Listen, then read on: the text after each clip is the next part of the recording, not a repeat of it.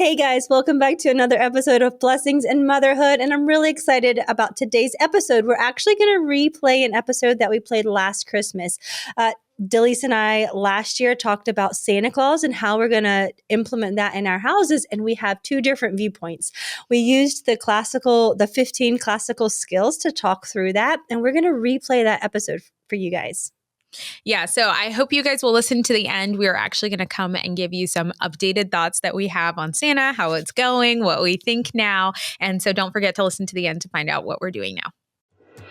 Hey, I'm Delise. And I'm Ginny. We know that parenting comes in seasons, and even the smallest wins deserve a happy dance. Join us as we chat with moms in every stage of the parenting journey, fixing our eyes on Jesus each step of the way. This is Blessings and Motherhood, because we believe that you can hold tissues and confetti at the same time. Hey everyone, this is Delise from the future popping on to let you know that we had a little bit of a mom life day, and my son Leo was very sick, and so he was a part of our recording. I apologize in advance if it is distracting to you, but as you know, motherhood comes with all kinds of fun surprises, and we wanted to try to bring you this episode anyway. We hope you enjoy it. Hey everybody, welcome back to another episode of Blessings and Motherhood. Today we're having another controversial conversation using the 15 tools of learning. Should you celebrate Santa Claus with your kids? Yes or no? Jenny, I'm going to let you start it off. What do you think? Yeah, so in my house, we do Santa Claus. We talk about him. They know who he is. They believe in him still at this point. And that's really about it, I guess. We do Santa in my house. Do you, Delise? So my son is 2 years old, and as you guys know, we are still kind of establishing things, but I was not raised, I don't want to use the word celebrating, believing in Santa Claus, I guess is what I'll say. I wasn't raised to believe in Santa Claus, and so I didn't necessarily find it necessary when we were thinking about if we were going to do it with Leo. So no, we don't do Santa Claus. Yeah. So we're going to be using the 15 tools to kind of just talk about it, talk about why we do things, talk about how we do things. So Delise, do you want to share what tool you're going to use first? So I'm going to start off with the tool of comparison. I know that this is far-fetched, but in my mind, this comparison I'm going to make for you would be literally the same thing. To me, telling your children that Santa Claus, like St. Nicholas, the actual historical figure, is still alive and well and is visiting children across the planet is the same as saying, Dr. Martin Luther King, a true historical character, is alive and well, and every February he comes and gives good messages to little boys and girls in the middle of the night. To me, it is the same.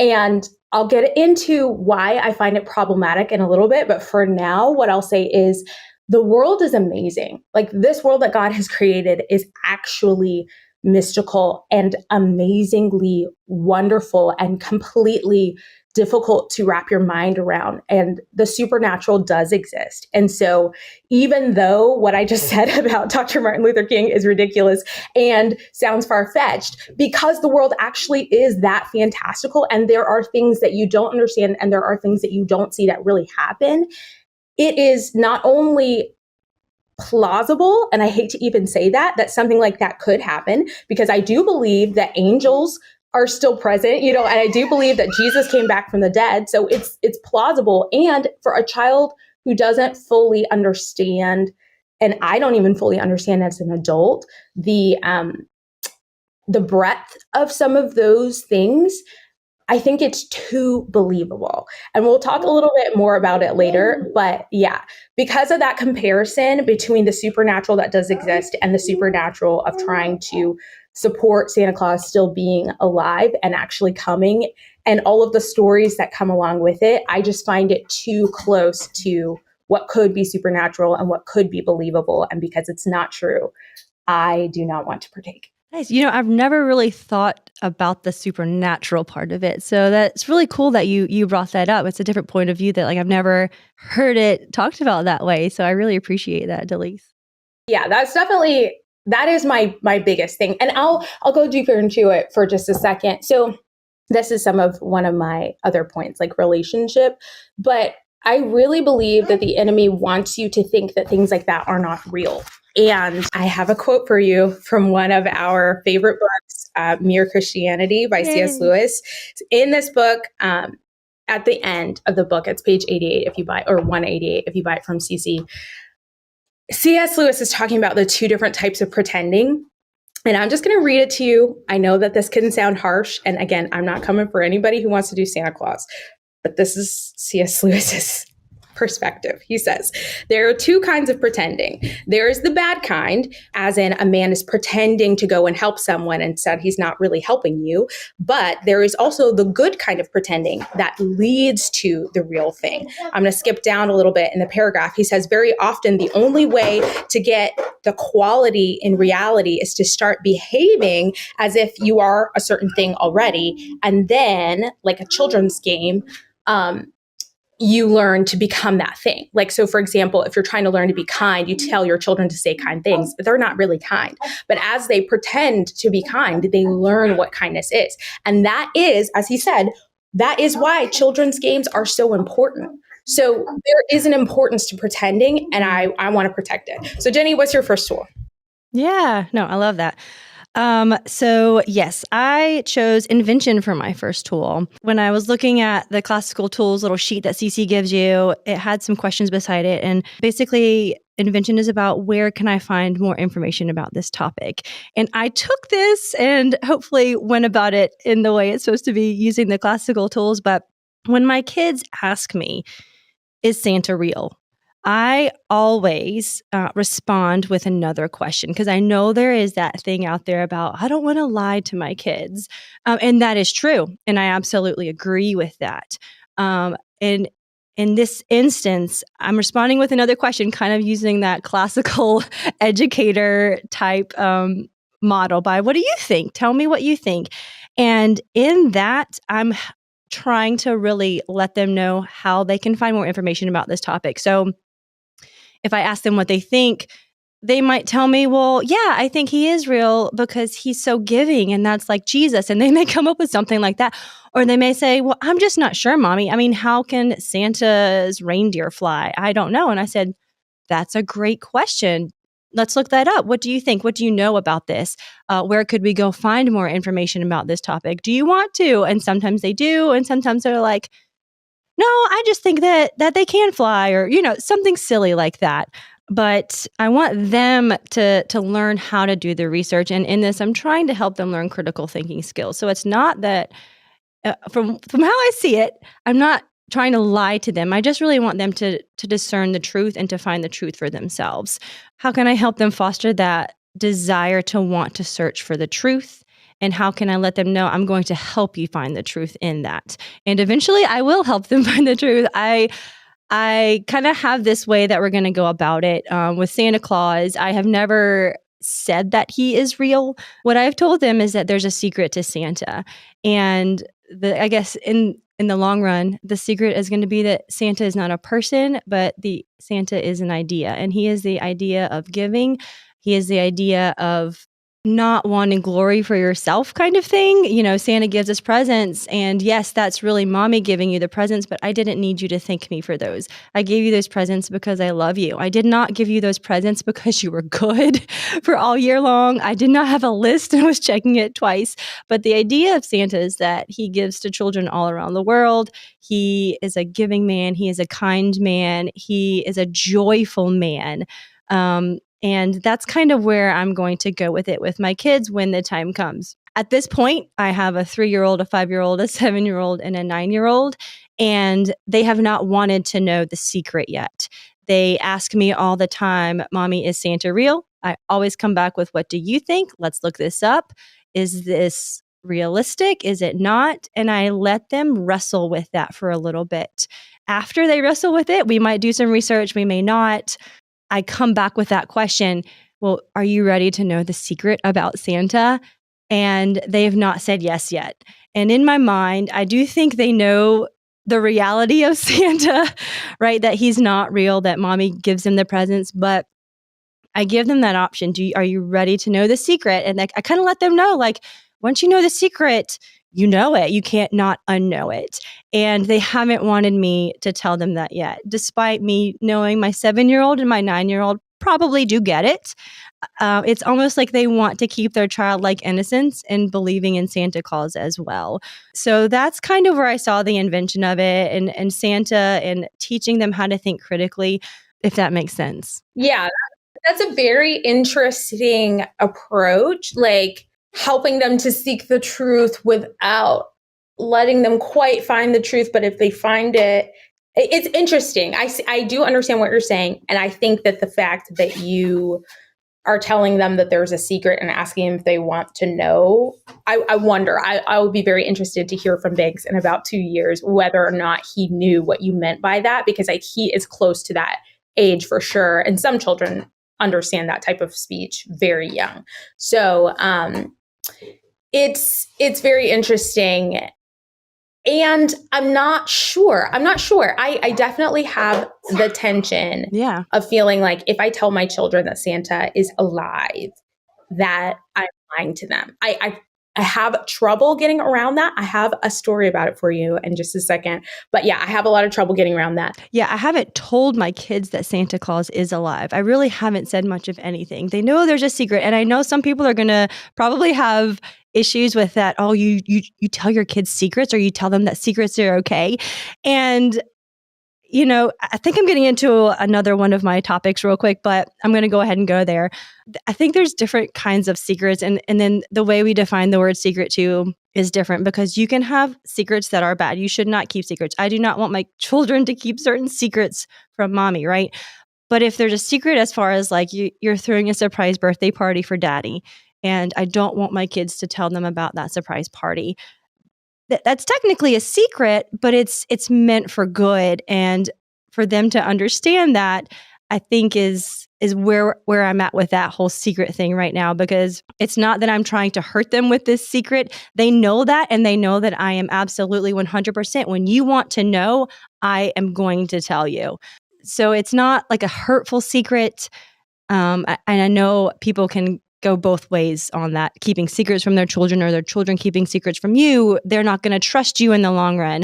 And I think, and what I hope that I'm fostering in my children by teaching them critical thinking skills, not just with this, but in our homeschool in general, is that, mommy, I hope that I am fostering in them and mimicking a Christ-like persona to them, and they know my characteristics, and they know mommy's not going to lie to them. They know who I am inside and out. They see me every day in the way I am. They see me fail, and they see me succeed, and they see my responses in those fails. Now, am I perfect in that? Absolutely not. But they have seen me say, hey, mommy was so wrong, and I'm so sorry. They've heard me say, hey, let's not. This happened just the other day. I think Colby got hurt on her ear. And Lila was like, Colby, your ear's pierced now. You have a hole in your ear. And I had to sit her down and say, Lila, no, that's a lie. That's not helpful to Colby. Do you think she enjoyed you telling her that there's a hole in her ear? She got scared. You hurt her feelings. We can't not, that's hurtful to her. And in this case, I went also into, now I know who you are. I know you're a kind sister. I know you love your sister. And I know you didn't mean that in that way. So I'm hoping kind of in the long run to teach those critical thinking skills to my children, and for them to know my persona, and that, when they do find out the truth, when they find out that there's not really this fat, jolly man that travels around the world in a sleigh and flying reindeer, that they're going to say, you know what, my mommy loves me. She was not lying to me. She was letting me have an imagination. She was letting me figure this out for myself. We were having fun. We were having a good time at Christmas. And it was just another way to make the holiday season memorable. I hope they think that. Okay, so my second tool is actually testimony. I hope that what you just said is the way that your children respond. Let me tell you one of the lowest moments of my entire childhood. Okay, so I was a very imaginative child. I don't think that's surprising to anyone who knows me.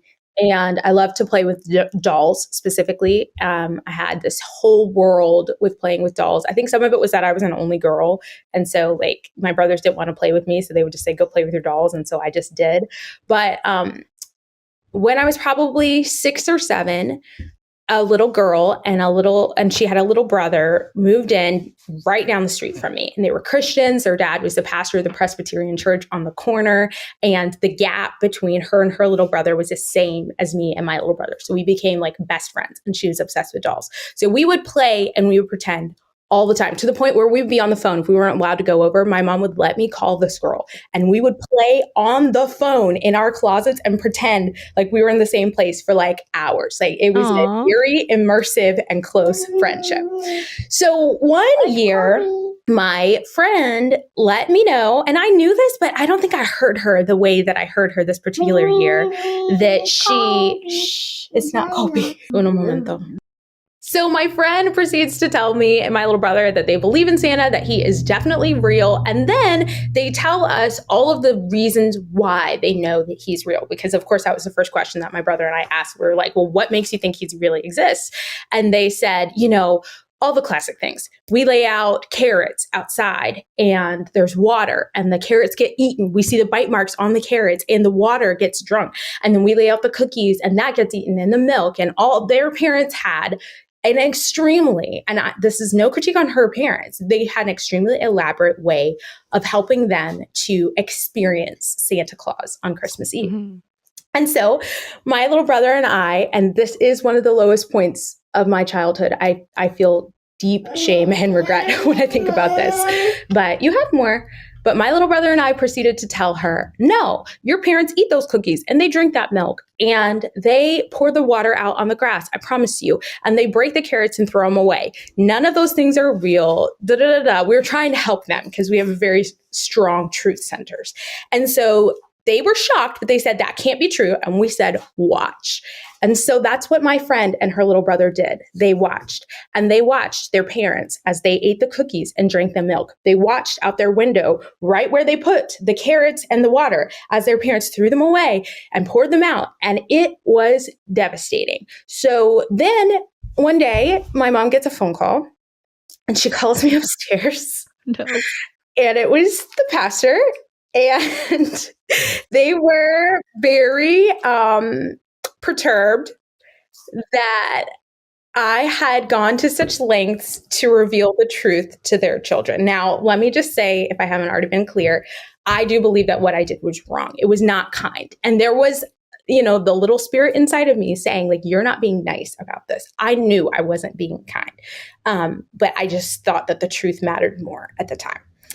And anyway, it crushed my friend. The point is, it crushed her. And because she had that personality that I had, where she was willing to believe in the fantastic and she was open to pretending and knew the difference, this was the bad kind of pretending. This was the kind of pretending where you thought that you were helping someone, but really you weren't. And it really damaged like the way that she saw her father, who, as I said, was a pastor. And I'm sure, I don't know her now, but I am hopeful that she was able to recover from that. But I know that the story I just told you is not uncommon. Like, that is actually a way that a lot of people actually decide that they're not going to teach their children about Santa Claus, because of how deeply it wounded them, because the fact that the fantastic is it's real. There are so many things that you simply can't explain. There are so many things that don't make sense that do happen. And I believe, I'm not saying believing in Santa is from the enemy, but I do believe that the enemy doesn't want you to believe that those things are possible. He wants you to think that God intervening in your life in a way that could only be God is too far-fetched. And he wants you to believe that he doesn't exist. He is very difficult to explain. The whole spiritual realm is almost beyond the mind's comprehension. And so watching that happen to my friend was crushing, and I didn't want to do it. You didn't want to do which part? I didn't want to tell my child that, a lie. Yeah, no. Hey, it is what it is. Yeah, no. I'm just thinking through this. Yeah, that's good. I know, my kids, my brother has chosen not to do Santa as well. And his kids are a season above my kids. And so they have said to my kids before that Santa is not real. And I will say it's almost encouraged me in a way, because my kids come to me for the truth. Mommy, Joy Kate said that Santa is not real. I think he is real. And I said, well, what do you think? And again, I never say, well, yes, Santa's real. They will ask me, do I believe in Santa Claus? And because I see Santa as an idea, not a person, I say, yeah, I believe in Santa.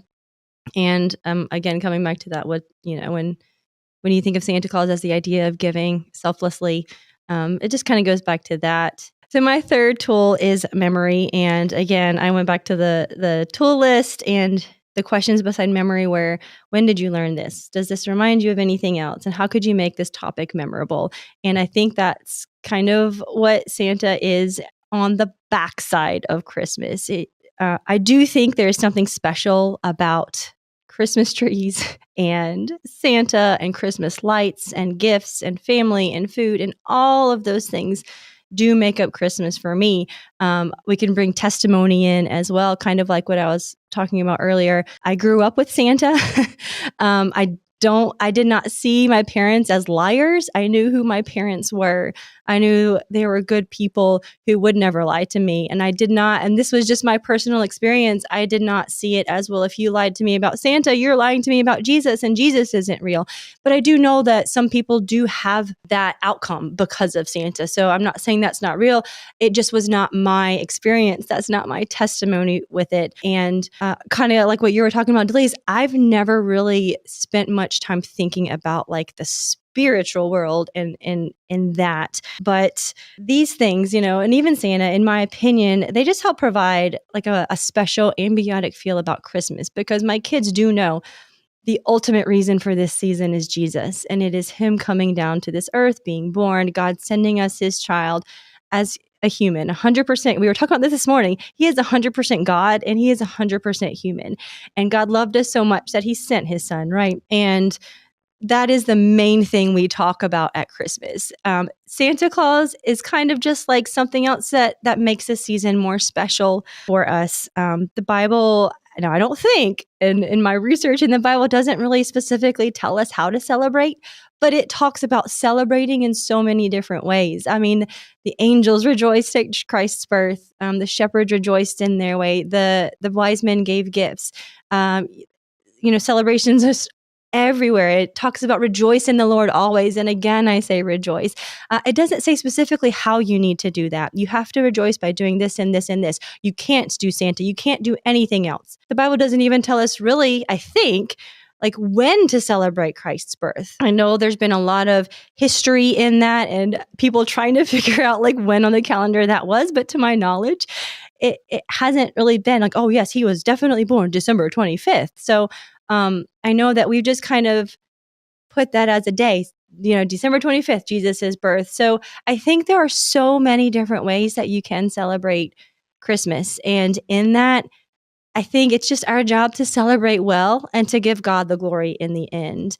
And for us, Santa just makes it Christmas a little bit more memorable, a little bit more magical, I guess, if you want to say that word. I love to have a good time. I love to celebrate. I love joy. We do a lot of things like that in our house. But I guess in the end, I don't see that Santa needs to take away from Jesus being born in that. I think they can both exist together in celebrating, in making something memorable for my kids. And I will say, I really am excited for the day that I do get to tell them the secret to Santa, because it's gonna be a great conversation and I'm excited to have it. I feel like I'm ready because I know my kids are 7, 9. I know we're there. Pretty sure that they already understand it, but I'm really excited to have that conversation with them. But we participated in Operation Christmas Child this year. I know lots of people do all around the world. And when we put our box at our church on the pile, Lila says to me, she said, "Mom, it's kind of like we're giving them a gift, but they're not going to see us. They don't know who we are. And they're going to be so grateful and thank somebody. Maybe they're going to thank the guy that gave it to them, whoever that is. But that's not who really gave it to him. It was really me. Isn't that cool, Mom?" And I was like, yes, that is cool. Because that's kind of where I'm headed. That's kind of where I'm headed with the whole Santa Claus thing. It's cool to give without needing the recognition. And I'm just excited to see that part of him. So Yeah, that is really cool.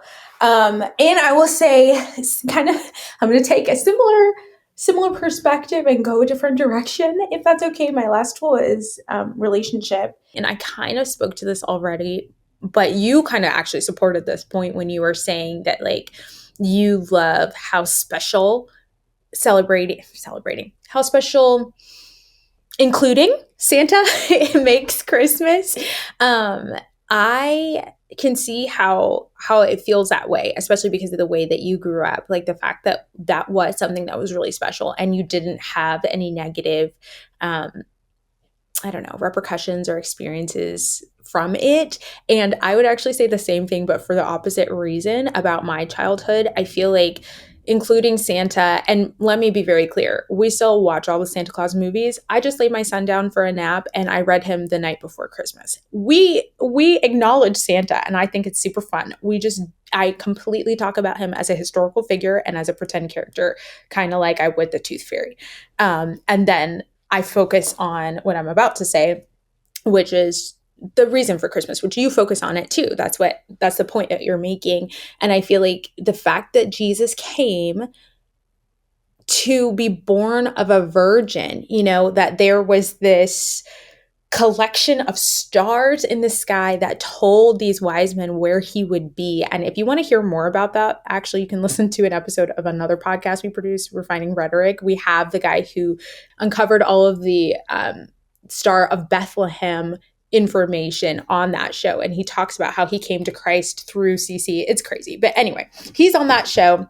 We'll put a link in the show note. But that fact is a fact. I think a lot of people sometimes read the Bible if you don't know about it and you think, oh, the star leading them to where Jesus was, fictitious. No, amazing, real, historical. You can wind back the sky and see. And because there are so many other elements that are that amazing. I mean, the angels appearing in the sky and saying like, glory to God, and here's where you need to go, and on and on. I mean, it's just more than enough. It's more than enough. And so my goal is to help Leo to be able to celebrate in that way. And the tool, I didn't mention it yet, but the tool that I'm hoping to use there is relationship. So because there is such a strong relationship between the divine and the wondrous and what Christmas already is, I want to spend most of my energy, and I know that you said that too, so this is just a commentary on what I'm doing at this point. I want to spend most of my energy highlighting that and allowing the pretend to just be pretend. And so I think if I just acknowledge it, we watch the movies, we read the books, but we admit that it is not the same type of wonder. I'm hoping that will be enough for my son. Yeah, I love that though, that you just pointed out, when we hear people say, I don't do Santa, or I do Santa. Does that even work? Anyways, we go to the extreme with it. Like, oh, you don't do any Santa. Oh, that's so, I don't know how you don't do that. And then you go to the extreme on the other side is, oh my goodness, you're lying to your kids and you're doing all these things. I think that's something to kind of acknowledge here, because it doesn't have to be these two extreme things. Sitting here having this conversation, even just talking about it with each other, it's so good to hear someone else's perspective, and then to take the time to acknowledge that we do still read these stories. We still talk about Santa, and hopefully from my perspective as well, like I'm not specifically lying to my children. It's just something we enjoy. And I think we've already talked about this. We have this liberty to kind of celebrate how we choose. And as long as we are doing that for the glory of God, and that we're highlighting that this is Jesus's birthday, and we're doing it the best way that we can, and we're celebrating well with our families, however that may look, like that is the point of this season, right? Is to celebrate. Hey everybody, we want to interrupt this show to remind you to mark your calendar for the National Commencement. This is happening from May 16th to the 17th in 2025, sunny Southern Pines, North Carolina. This is presented by the Classical Conversations Foundation and is a time for CC families from around the nation to celebrate together with their fellow families on the homeschooling journey. Plus, there's going to be so much more on the agenda this year, including a welcome celebration for graduates and their families, a Q&A Q&A time with Robert and Lee, and the National Memory Master Championship. So if you have a student who is graduating in 2025, you definitely want to begin planning to join us in North Carolina for the National Commencement weekend. Again, those dates are May 16th through the 17th, 2025, and registration is now open. To learn more, go to classicalconversationsfoundation.org. Hope to see you there. Let's get back to the show. Okay, Jenny. So what has changed for you with the whole Santa Claus conversation? Do your kids still believe? Yeah, well, I had my first child this year come and say, Mom, I'm ready to know the secret to Santa. At this point, when we're recording, I have not yet talked to her about that, but I have told her we're going to go. We're going to have a special coffee date because she just likes to have coffee at our bakery with us. And Cute. I'm going to talk to her about it and let her know everything that I shared with you guys in the episode. And I'm actually really excited because she's already kind of wanted to help with a lot of different things around the house. Okay. So to be able to kind of explain to her that, Santa Claus is a spirit. It's the spirit of giving, that kind of thing. I think she's really going to enjoy that and love to be able to give to her siblings kind of in secret or, like with them not knowing. That actually just happened a little while ago. One of my children found out that we bought tickets to a concert for my younger two. We get to take them to a Chris Tomlin concert, their first ever concert. They're a little, but they absolutely love Chris Tomlin and listening to Kane.